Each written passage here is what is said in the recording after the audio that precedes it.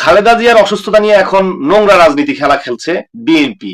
তারা মির্জা আব্বাস অভিযোগ দিয়েছেন কোনো তথ্য প্রমাণ ছাড়া যে আওয়ামী লীগ নাকি স্লো পয়জনিং দিছে। তো আওয়ামী লীগ যদি কোনো বিষ প্রয়োগ করা হতো খালেদা জিয়ার শরীরে, তিনি তো আওয়ামী লীগ সরকারের পতনের পর বিভিন্ন দেশে চিকিৎসা নিয়েছেন, সেখানকার কোনো রিপোর্টই কি আসছে যে আওয়ামী লীগের কোনো ধরনের বিষ প্রয়োগ তার দেহে?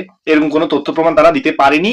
এবং বর্তমান বাংলাদেশে তো আওয়ামী লীগের প্রভাব খুব বেশি নাই, তো এখন তো তারা মেডিকেল টেস্ট করিয়ে এই রিপোর্টটা দিতে পারে। তারা এটা জাতির সামনে তথ্য প্রমাণের ভিত্তিতে বলবে না। তারা মিথ্যে গুজব অতীতেও ছড়িয়ে আসছে, এখনো তারা গুজব ছড়িয়ে যাচ্ছে, আর এই গদি মিডিয়াগুলো তো আছেই।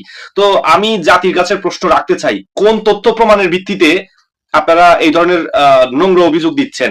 আওয়ামী লীগ যদি চাইতো, বিএনপির বহু নেতা গত 15 বছরে সেন্ট্রালের তারা জেলে গিয়েছেন। আপনাদের ডিএনএ টেস্ট করেন বা যে ধরনের টেস্ট গুলো আছে আপনারা এগুলো করে আপনারা প্রমাণ করেন যে আওয়ামী লীগ স্লো পয়জনিং দিছে বা যে কোনো ধরনের বিষ প্রয়োগ করা হয়েছে কিনা আমি চ্যালেঞ্জ করতে চাই।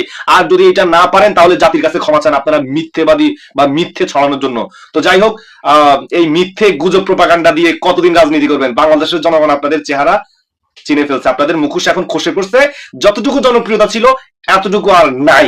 ইনশাল্লাহ ভবিষ্যতে খুব শীঘ্রই আওয়ামী লীগ ফিরবে, শেখ হাসিনা ফিরবে, বাংলাদেশে ক্ষমতায়ও বসবে। আর তখন আপনাদের এই গুজব হয়তো সত্যিও হতে পারে।